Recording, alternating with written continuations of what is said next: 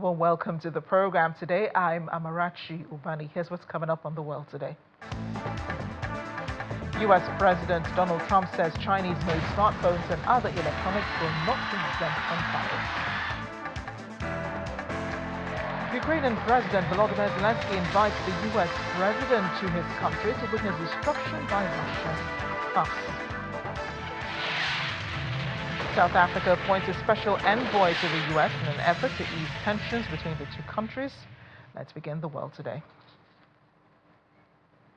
And we begin in the United States, where President Donald Trump says Chinese-made smartphones and other electronics will not be exempt from tariffs, adding that they're simply moving into a different levy bucket. U.S. Commerce Secretary Howard Lutnick said the new levy would be in addition to a host of global tariffs the U.S. imposed earlier this month, then paused for 90 days. On Saturday, a U.S. customs notice revealed smartphones, computers, and other electronic devices will be excluded from the 125% tariff on goods entering the country from China. But Trump chimed in on social media saying there was no exemption for these products and called such reports about the notice false. Instead, he said that they're just moving to a different tariff bucket. China has called on Donald Trump to completely cancel his tariffs regime and return to the right path of mutual respect. However, U.S. officials said on Sunday products would be subject to a semiconductor tariff instead, with Trump expected to reveal even more details later.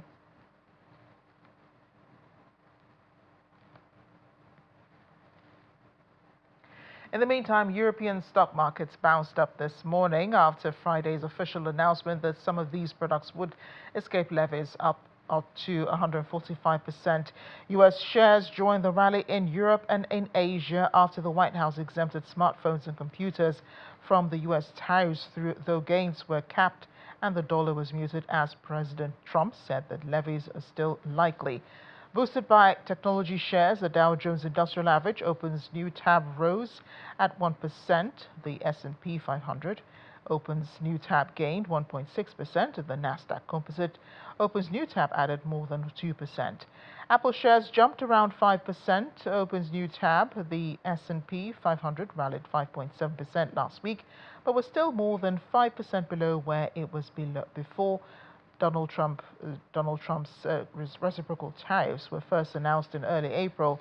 On the face of it, the exemption of 20 products, accounting for 23% of U.S. imports from China, was a boom to manufacturers, but the technology tariff news gave only a modicum of help to U.S. government bonds trying to recover from the bruising that they suffered last week.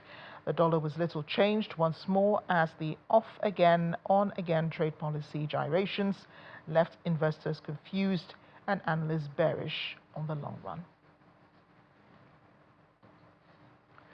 Well, back in China, head of the Department of Statistics and Analysis of China's General Administration's of Customs, Liu Deliang, emphasized Beijing's ability to resist external factors amid the escalating trade war with the U.S., saying that the sky will not fall.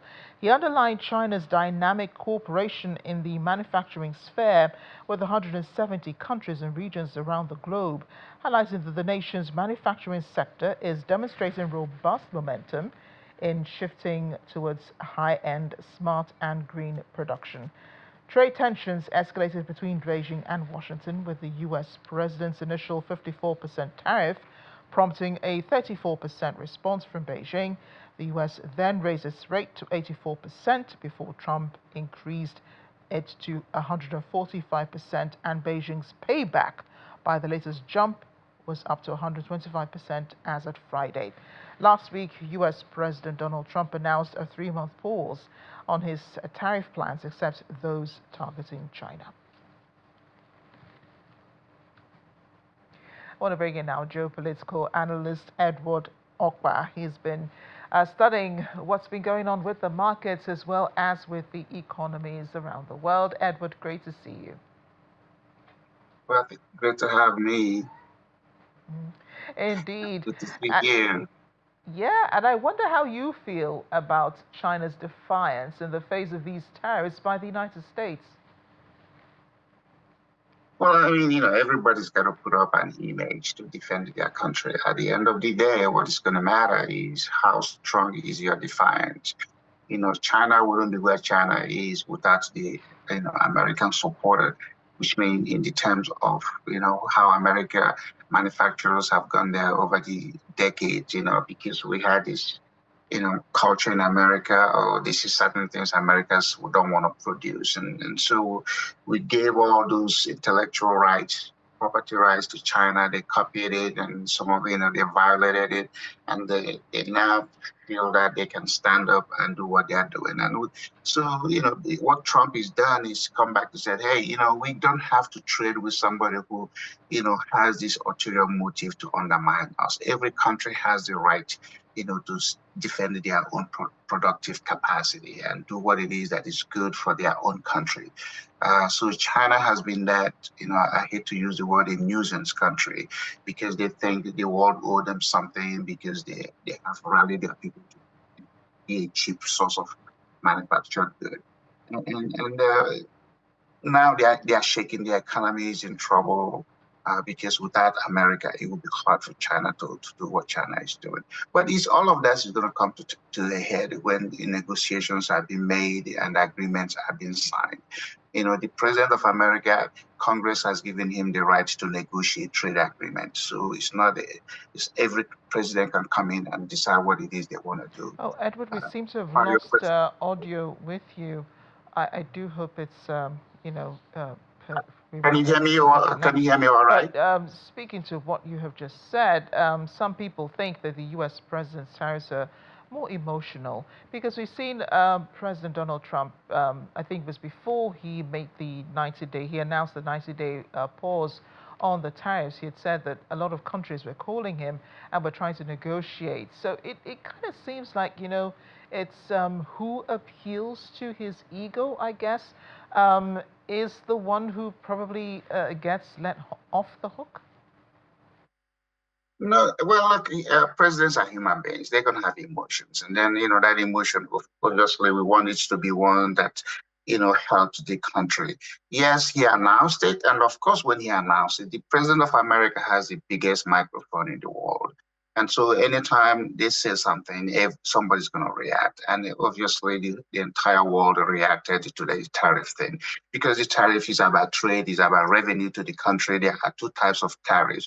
There's a tariff that is generally put on anything that is coming from a country. And then there are tariffs that are specific to items. So the president did that because our trade deficit is huge, and then we want to balance that. That's what they call the balance of payment. It doesn't do any country any good that you buy so much from somebody and then the container leaves your own country, empty. So what Trump is saying, we're going to harmonize this relationship. It's got to be a win-win for both parties. If it's not going to be win-win there, we're going to have to do something else. So that's why you see the back and forth. The emotion is proper. They are human beings that occupy those offices. They are not robots. Even if they are robots, they have to be programmed. So Trump is doing what when he campaigned, he said he was going to do. I mean, this is a case of the American people, what they want to see happen. And so I don't have any problem with it. I think he's doing the right thing. We're just going to see what happens, down the road. Without China's input, I mean, there seems to be no backing down by the Chinese government. President Xi Jinping is right now on his way to Southeast Asian countries where he will be seeking better cooperation from them. Do you think that the U.S. Can survive without China's input? You have many U.S. companies and factories producing in China. A lot of them will be harmed by these tariffs. I mean, we will survive everywhere. I mean, there's no other country in the world that is as resilient as America. I mean, remember, we were the ones in the culture of, oh, Americans can do this job. We got to have to outsource it that went over there. So now, we having tax cuts and we having tax issues. If you don't produce in America, you're going to suffer. And then they're coming back home. We have the capacity to produce everything or anything we need, but we recognize that's what they call the comparative advantage in economic development. So we got to let some people, countries produce certain things, and we produce certain things. At the end of the day, what distinguishes America from anybody is our ability for innovation and our ability to adjust, and the various laws that we have that we can always go to in order for us to stand up and do what it is that is necessary for the country. So whether he goes to Southeast Asia, what are the Southeast Asian countries? Is he talking about India, Indonesia? I mean, what comes from those countries? I mean, let's be honest. There are how many countries in the world? Very few of them are very relevant because they don't have the technology or the domestic capacity to do certain things. But again, what this is calling on every country is look at your own productive capacity, look at the things you want to do, look at an index of nations and see what countries in the world you want to really trade with. You can't trade with everybody. You just have to do that. That's called the scale of preference. Who do you prefer? That's why before we turned it into the trade agreement, we call it the most favored status America used to have. We don't have that anymore. But there are certain countries we favor, to deal with because they are aligned with what the Americans expect or they are aligned with our trade policies. Everybody trades, and the trade is something that before airplanes and ships and other trains came about, people trade with each other. It was a small thing, and then all of a sudden it becomes regional, it becomes international. So countries, again, everybody looks up to America, but everybody needs to be number one. Since we say number one in America, has anybody showed up and said they are number two? You have to strive to make your country relevant. And how you make it relevant is to produce those things, first of all, that satisfies your domestic need. And then whatever else you can export, you export it to get a revenue. So China, I was in China in January and I saw, how hollow that, country is. I would never live there. I would never go there, but I went there because somebody paid for me to go. So the point is China is having difficulty because they're not even satisfying their own domestic need. They want to satisfy everybody else. So it's a deceptive trade things that they are doing. So now somebody's calling them out and they are shaking. But again, the world will still be, with or without Trump. But Americans are now saying we want to do these things ourselves in order to save our own money, having to, support products from countries that turn around and want to harm America. That's what this is all about. If you're going to be a good trade partner, then you be one that favors most of the things, trading partners do, not ones that try to undermine the other person. Why do you think that other U.S. presidents did not address these issue of tariffs before President Trump? Because again, I don't I'm a Republican, and it doesn't the Democrats are the ones that don't like America, so they'll do anything because they are easily bribed, they are easily influenced. So Trump is the one that is able to have the character, the strength to speak up his mind, and that speaking up is what Americans are responding to. Why the other president didn't do it, I'm not in a position to say why, but if I'm to make any imaginative response, it's going to be because they are afraid because they have, they get some benefit from China or Chinese surrogates who that supports what they do. So Trump is the one that said, "Hey, America first." And who wouldn't want to say their country first? What's wrong with that?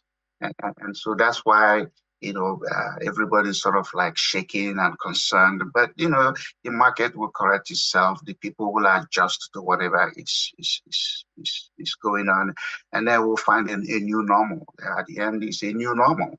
So the new normal now is if you want to trade with America, you're going to trade on the terms and conditions that favor America and not favor you. We want everybody to be successful in their country, but it's not going to be at the expense of America.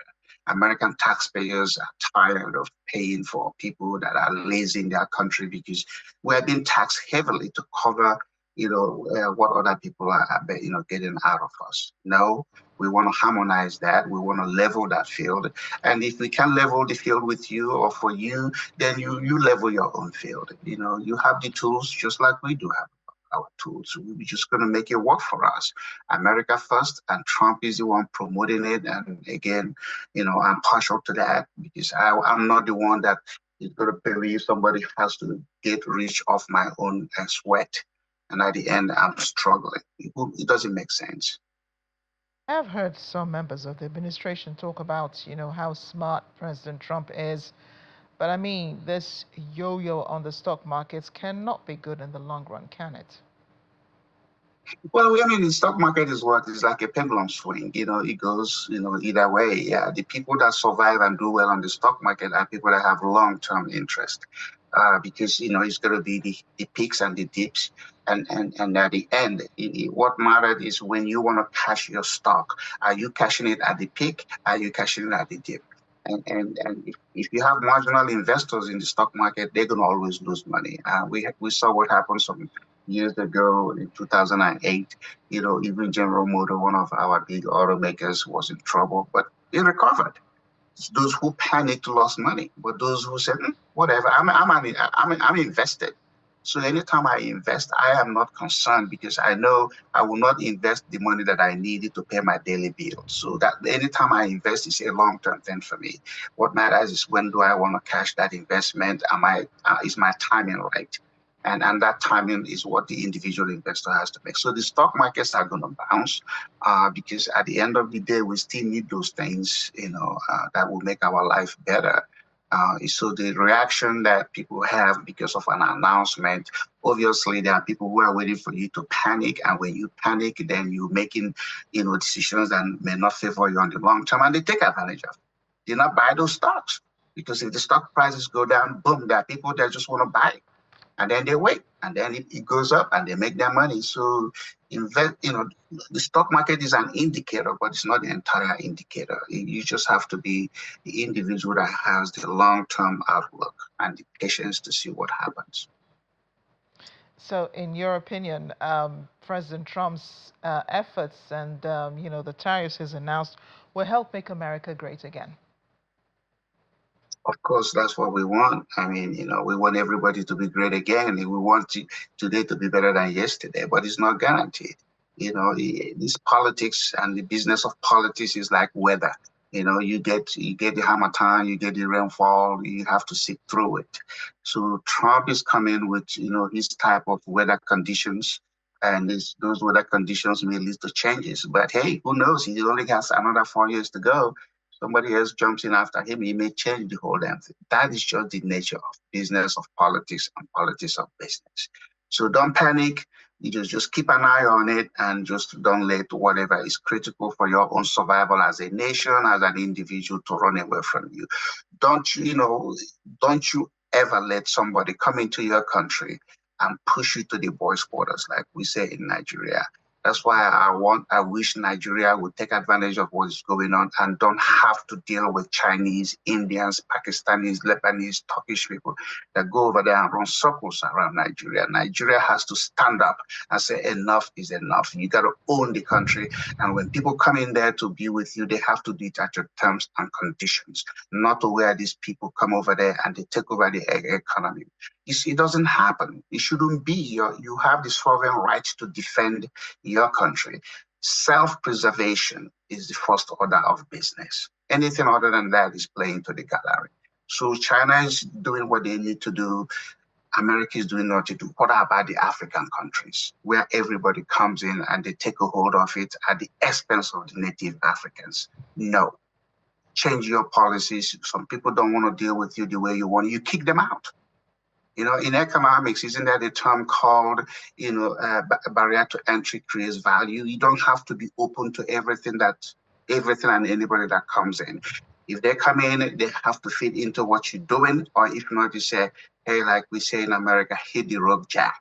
Hit the rope, Jack. Get out. Because if you don't self-preserve, you become a doormat. So, I like what Trump is doing, and I hope any other president can copy and paste. And at the end of the day, you seek a negotiation. Trade has to be bilateral. Nobody trades, more multilateral is what it is, but bilateral is the strength of trade. Who do you want to trade with? And at the same time, do you have a scale of preference and index of nations? You can't take from everybody. You can't please everybody. If you try to do that, then you're going to wear yourself thin. And at the end of the day, you are the weaker one. Right. Don't be weak for anybody. Defend your country. You sound like the U.S. president right now when he said people should not be weak. Edward, thanks again for joining us on the program. But thank you, Vanny, for having me. It's always a pleasure. We're still in the United States, but away from the tariffs. Authorities say a high school student from Wisconsin killed his parents as part of a larger plot to assassinate President Donald Trump. 17-year-old Nikita Kassab has been charged with the killing of his mother, 35-year-old Tatiana Kassab, and his stepfather, 51-year-old Donald Mayer, who were found dead at their home on February 28th.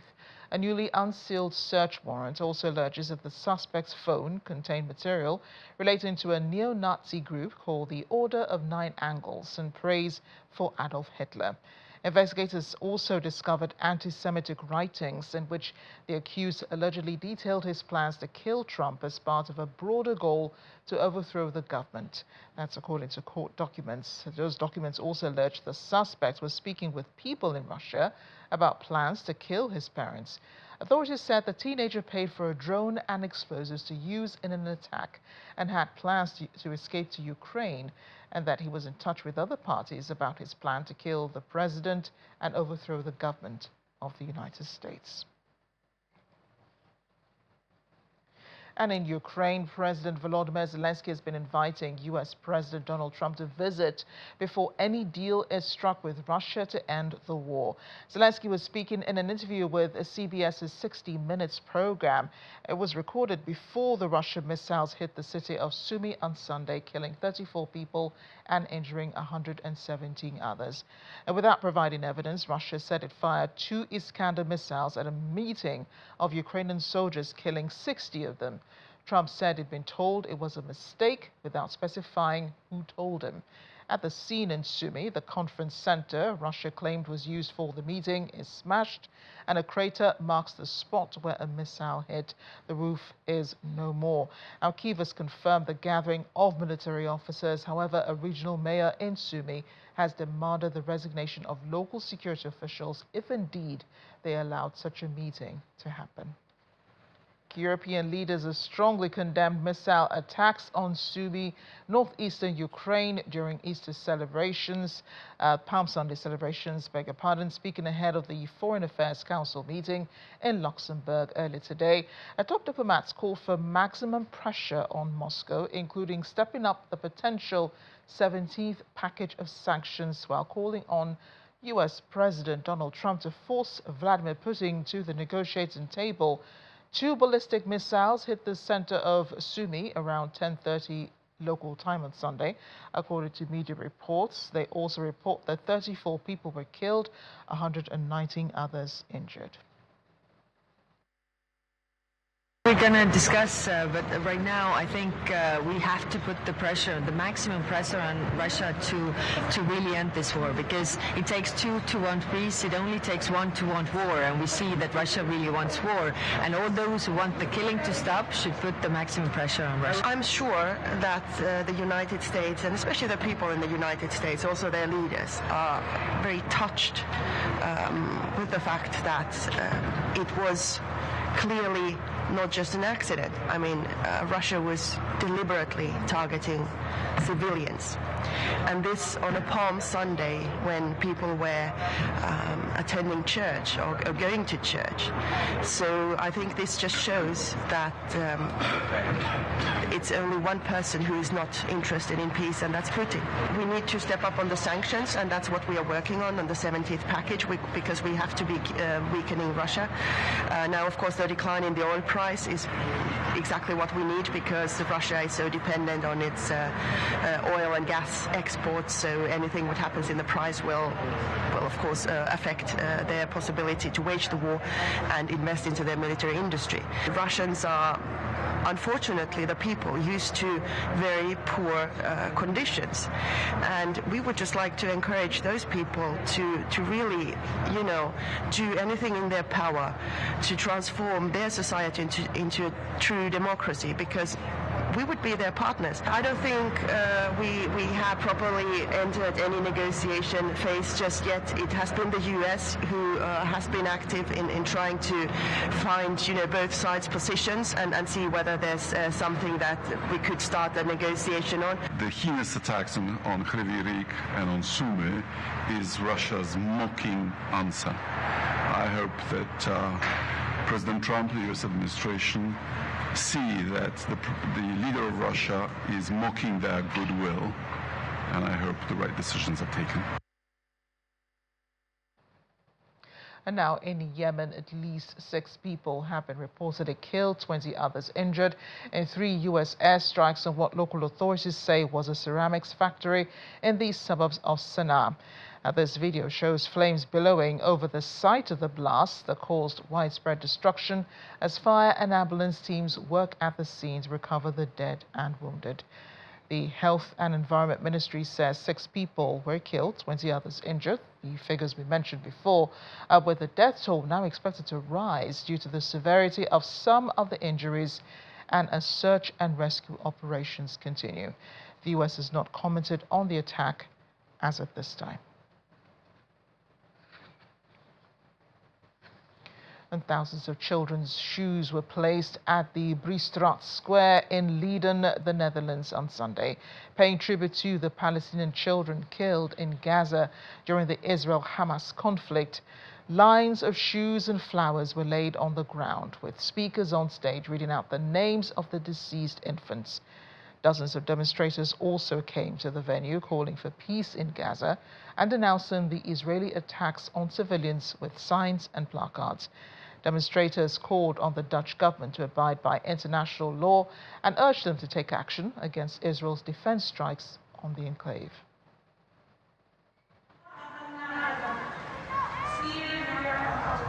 So this is the 11th memorial protest that we are organizing here in the Netherlands. With shoes, we are demonstrating how many children have been murdered. Except the square here is not big enough. There are way more children that have been killed in Palestine by the Israeli regime. And this is what the Israeli regime keeps doing. They destroy everything that gives life, gives hope to people. And what needs to come is hope from the people abroad, from us. We need to make sure that Palestinians can live, that the genocide ends. So please, people, act. Yeah, it's very confronting. You know that these shoes could be, because of course it's not theirs, but it could be the children of Gaza's. And every pair represents a child that was killed. And well, I'm a mother as well. And yeah, it could have been my children if I were born in a different place. So that makes it very confronting. Many times crying. It's terrible. And our politicians seem not to hurt by it. They seem not to care. You understand? And they all say Israel has the right to defend, but this is no defense. This is genocide. This is genocide. We cannot accept this. We cannot. We can really not accept this. It's terrible. I'm a former ambassador. I was ambassador in Egypt and Sudan and a number of other countries. And I'm here because there are a group of former diplomats and former ambassadors who talk to the government, to our government very much, that they must respect international law and they must respect our own fundamental laws. And it's not being done at the moment. 10 detainees allegedly linked to MS-13 and Trendiaragua criminal groups have been transferred from Guantanamo Bay to El Salvador's terrorism confinement center on Saturday night under a deal between U.S. President Donald Trump and his El Salvador counterpart Nayib Bukele. Prisoners were escorted off the plane, restrained and loaded into military vehicles at Secot. They are shaved, dressed in uniforms, shackled, and then led into the facility. The Minister of Security of El Salvador, Gustavo Beatarro, confirmed the arrival of the detainees without revealing their identities. The U.S. Secretary of State Marco Rubio welcomed the transfer and described the agreement as an example of security and prosperity in the region. This operation is part of a series of joint efforts between the countries to combat transnational crime. On March 16, the U.S. transferred over 200 Venezuelans to Secot amid accusations of ties to the Trendiaragua criminal group. Another 23 individuals with alleged links to the MS-13 gang were also deported and detained in Secot. The move prompted strong protests from the Venezuelan government and human rights group Amnesty International, which condemned the deportations as a human rights violation and a dangerous step towards authoritarian practices.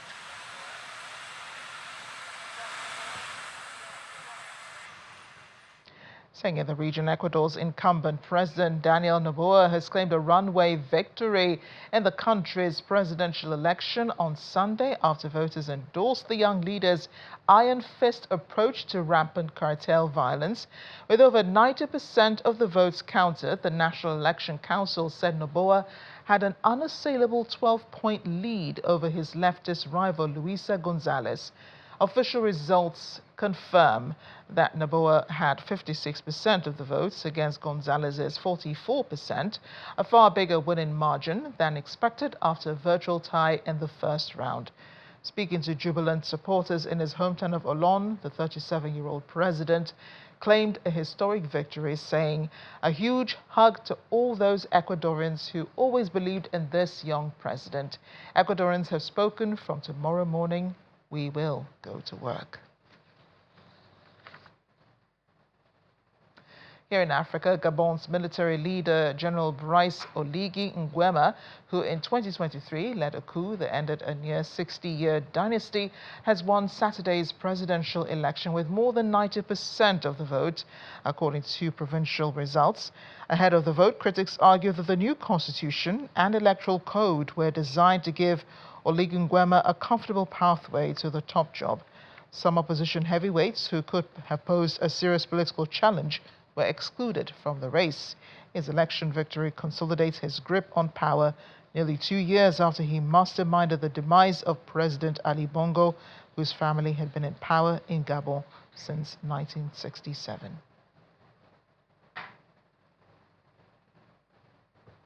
South Africa has appointed a special envoy to the U.S. in an effort to ease tensions between the two countries, which have worsened since Donald Trump's return as president. President Cyril Ramaphosa announced Mcebisi Jonas's selection, adding that he would be entrusted with advancing South Africa's diplomatic, trade and bilateral priorities. Jonas, a former deputy finance minister, made the headlines when he made corruption allegations against a wealthy family linked to former President Jacob Zuma. The U.S. last month expelled South Africa's ambassador Ibrahim Rasool over remarks he made about the Trump administration. Ramaphosa's office said Jonas would be serving as the official representative of the president and South Africa. According to the president, he will lead negotiations, foster strategic partnerships, and engage with U.S. government officials and private sector leaders to promote the nation's interests.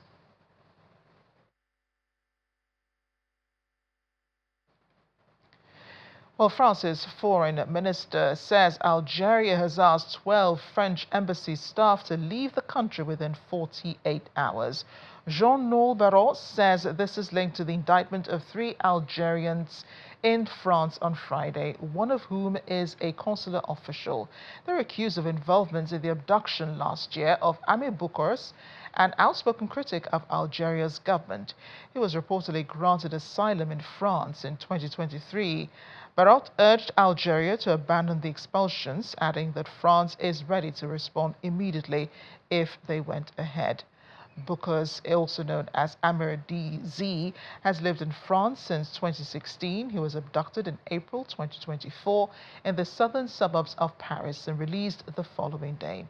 Algerian authorities accuse the influencer of fraud and associations with terrorist organizations, issuing 9 international arrest warrants against him. He denies the allegations. In 2022, the French courts refused attempts to extradite him to Algeria. A case is the latest in a growing number of incidents to have exacerbated a rift between France and Algeria. Sri Lankan police have seized over 117 kilograms of heroin and meth during a lorry inspection near Kudawela Harbour, arresting 2 suspects and a major maritime drug bust. Officers unloaded packages from the seized lorry and inspected the vehicle. Police officials also posed with the whole and shook hands with the detainees who were standing having been handcuffed. A police spokesperson said 2 officers seized the drugs while inspecting a lorry at around midnight. He said 65 kilograms of crystal methamphetamine and 52 kilograms of heroin have been seized. He also announced that the total value of the drugs is approximately 125 million Sri Lankan rupees. That's about $419,000. 2 suspects and 2 satellite phones used during sea voyages have also been arrested. Reports indicate the seized drugs totaled 65.7 kilograms of crystal meth and 52.3 kilograms of heroin. Hundreds rallied in Madrid on denouncing the monarchy and protested against war and economic inequality, marking the 94th anniversary of the Second Republic. Demonstrators marched through the capital chanting and holding Spanish Republican and Palestinian flags. They held banners bearing slogans such as "For the Third Republic" and "A king without a people is nothing and a people without a king are free." One protester said the monarchy has not been a government elected by the Spanish people because it is not a government legitimately elected by the people.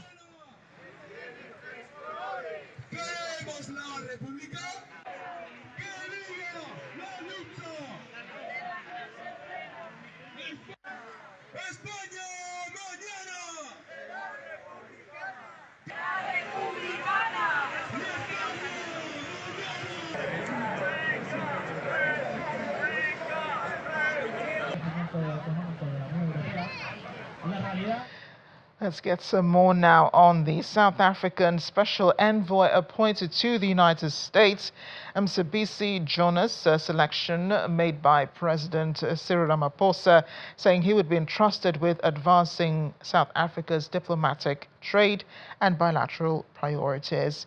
Jonas is a former deputy finance minister. He made headlines when he made corruption allegations against a wealthy family linked to former President Jacob Zuma. Our South Africa correspondent Innocent Mosa is joining me now to discuss some more on Jonas's new career path. And Innocent, I see that you're still in celebratory mood. If I'm right, you're wearing the jersey of your favorite club in South Africa, the Kaizer Chiefs, who won their match against the Mamelodi Sundowns on Sunday in Pretoria. Yeah, 100%, colleague. A very good evening to you. In fact, you can tell that my smile is wide because it has been a challenging time for my team, Kaizer Chiefs, with different coaches, players not showing up. But I'm glad that we finally won against Sundowns. We're going to the finals against Orlando Pirates. So I'm proud of the boys, Amarachi. You should be. You should be, Innocent. Get away from the pressures of work, of course, is important. Now back to business, Innocent. Tell us more about this special envoy. I believe he comes from the private sector. Yeah, 100%. So Mcebisi Jonas is someone who is dubbed or known to be someone who does not tolerate corruption. In fact, during President Jacob Zuma's tenure, he's one of the people who were whistleblowers to what was happening in government, to the alleged corruption that was taking place at that time. And I remember he was teaming up with the late former finance minister, that is Pravin Gordhan. So what we know about Mcebisi Jonas is that, of course, he comes from the private sector. But again, Amarachi, I'm not quite sure whether this position does suit him, given the fact that here we're dealing with diplomatic ties, we're dealing with international relations, and I'm not quite so sure, Amarachi, at this point in time, whether or not he'll be able to carry out the duties, whether he understands Washington, because I would imagine that if the president initially wanted to send special envoy to the United States, given the challenges, the turbulent times between South Africa and the United States, I would imagine that he would have sent someone who understands international relations. But well, it remains to be seen as to what exactly he will offer in America as a special envoy. But you would know, Amarachi, you and I have spoken about this for quite some time. The relationship between South Africa and the United States remains uncertain. Indeed, Innocent. I did wonder the same thing too. You know, when I saw his name as a special envoy, you're right. You know, when you talk about but a former diplomats or a current diplomats could have been sent, you know, to take on this role. The U.S. and South Africa being in a rough place right now. Let's talk a bit more about that, Innocent. Relations have been frayed with the exit of Ambassador Ibrahim Rasool over the comment he made about Trump, a careless one that is. Even though there is freedom of speech, unfortunately, he was speaking to the wrong crowd. The wrong people got hold of that video and then made it viral. But what kind of brief does Jonas have regarding, you know, cementing the relations and helping to mend the fences? Well, indeed, Amarachi. In fact, the ruling party here, they remain open. In fact, when we ask them whether this relationship can be mended, they always say that they've opened their channels. They'll continue to engage with the United States. You would know the 30% tariff that has taken a pause now, Amarachi. It will affect the likes of BMW, the likes of VW, you know, because these are German companies that produces cars here in South Africa. So at times, we find ourselves in this very challenging economic times, because not only the Americans will suffer the consequences of this, but we do know that if Americans want to purchase cars that are made in South Africa, they'll then have to pay extra money. For an example, the BMW X3 hybrid, it's only made here in South Africa, and only 70% is made. It's exported around the world, and 10% of that goes to the United States. Only 30% is sold locally. So that just goes to show that also it will affect the issues around employment in the country, because the capacity, it will be limited now. We will not have enough capacity to because there's no demand for that particular market. So yeah, it's I don't know what is it that he's been briefed about, but we can tell that the president has given him the mandate to continue, engaging Washington, to continue making them understand some of the policies that are implemented here in South Africa. For an example, Amarachi, the bone of contention, we find ourselves here today because of the expropriation without compensation. But right. If you read it properly, it doesn't say that they're taking farmers' land, they're taking people's land. It's not like that. The government says that if the land is not used for a period of time and there's no one to say that this is their land, then government will take that land for land reform purposes. So that has sparked a lot of debate, and I guess even the advisors of President Donald Trump, really, I think they're not doing a great job in terms of, advising him on some of these issues in terms of international relations. But yeah, a big task lies ahead of him and his colleagues. We're expecting him to really mend the relationship. I mean, America is very important. It's one of the second biggest trading partner of South Africa, and if not the first trading partner in South Africa. So it's important that we mend the relationship. So his task, Amarachi, is to mend the relationship between South Africa and the United States. Well, still very early days for him, in a sense. And I know you'll be watching very keenly, his progress in the United States. Thank you again, and congratulations to your team once again, Innocent. Thank you so much, colleague. Now, when U.S. pop star Katy Perry and 5 other women safely returned to Earth after reaching space aboard Jeff Bezos' rocket. The singer was joined by Bezos' fiancée, Laurence Sanchez, and CBS presenter Gayle King. The New Shepard rocket lifted off from its West Texas launch site just after 8:30 Central Time. The flight lasted around 11 minutes and took the 6 women more than 100 kilometers above the Earth, crossing the internationally recognized boundary of space and giving them a few moments of weightlessness. The capsule returned to Earth with a parachute-assisted soft landing, while the rocket booster also landed back in Texas. Our correspondent Maria Bird is in Washington. Maria didn't get on that flight. Maria, do we know how these women felt after they came out of that rocket? Well, Katy Perry said that it was the second best thing to motherhood. So I would say it was absolutely phenomenal experience. As you said, there were 6 women.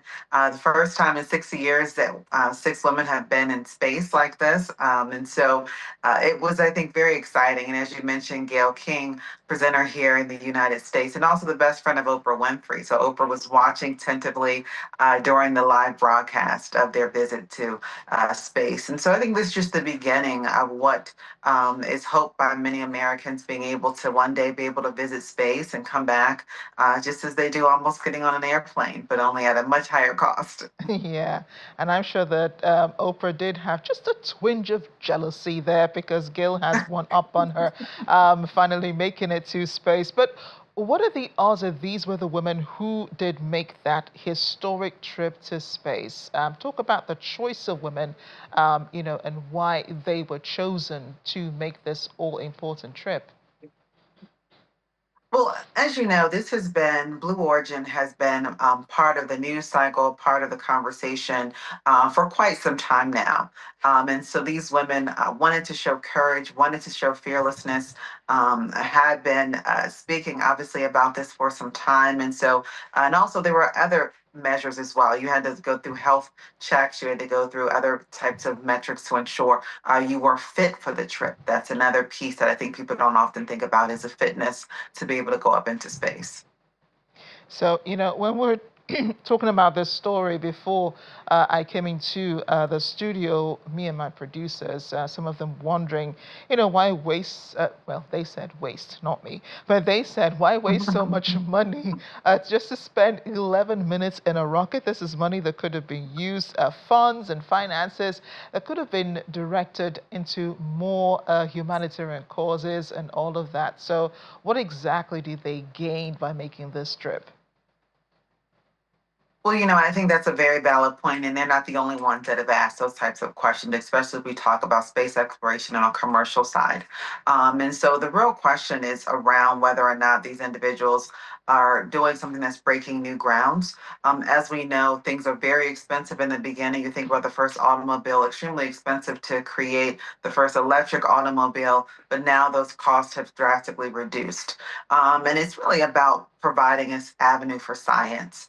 And so we hope, obviously, that the cost of going to space drastically decreases over the years, but we don't know. But science exploration is something I think that, regardless of where you fit in the globe, you understand that being able to truly understand science and being able to give people an opportunity for that, I think, was really the key here.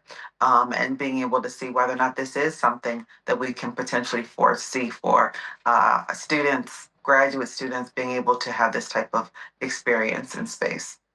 Maybe next time they'll consider you, Maria, because we'd love to see space through your eyes. Well, thanks again for joining us on the program. Thank you. Well, back down here on Earth, relatives of a 9-year-old boy who was killed by an accidental gunshot in Australia have been charged over his death. Paramedics treated the child for serious neck injuries at a farm in Windalema near Goulburn in New South Wales on Sunday. Following reports of a shooting, the boy died at the scene. Local police have arrested 2 people, including 14-year-old and charged them with unauthorized firearm offenses. An investigation into the incident is underway. It's not known what relation the family had to the child.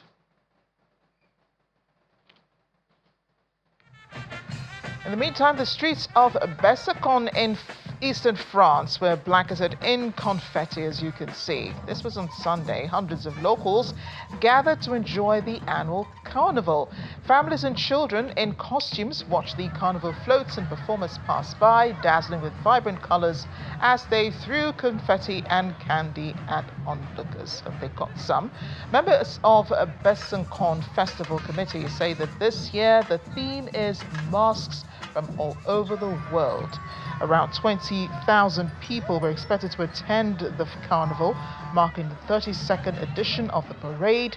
The event lasts only 2 days, April 12th to 13th.